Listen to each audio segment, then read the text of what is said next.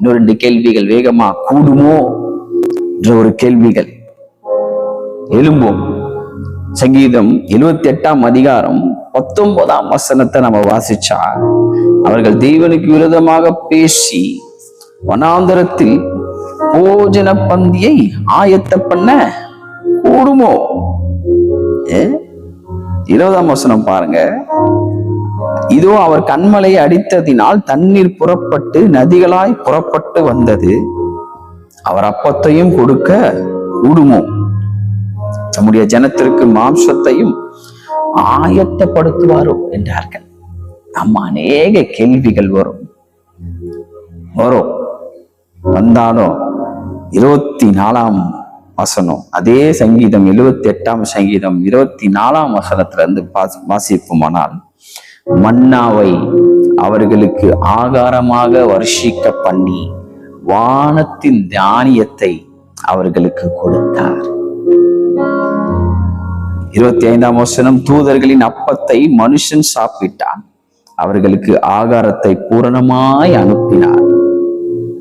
26ஆம் வசனம், ஆகாசத்திலே கீழ்காற்றை வரப்பண்ணி தம்முடைய வல்லமையினால் தென்றலையும் வீச செய்து. ஆமென், ஆமென். நான் விசுவாசிக்கிறேன், நமக்காக ஒரு காற்று வீச போகிறது, வரப்போகிறது. உங்க மேல அந்த காற்று படப்போகிறது. பரிசுத்த ஆவியானவர் என்னும் காற்று உங்க மேல படப்போகுது. உங்க வேலை ஸ்தலத்தின் மேல, உங்க பிசினஸ் மேல, உங்க பிள்ளைகள் மேல இந்த காற்று படப்போகிறது. சூழ்நிலைகள் எல்லாம் மாறப்போகிறது. கேள்விகள் எல்லாம் பதிலாக மாறப்போகிறது. ஹல்லேலூயா. கூடுமோ? கூடுங்க, கூடுமே, எல்லாம் கூடுமே. உம்மாலே எல்லாம் கூடும், கூடாதது ஒன்றும் இல்லை, உம்மால் கூடாதது ஒன்றும் இல்லை.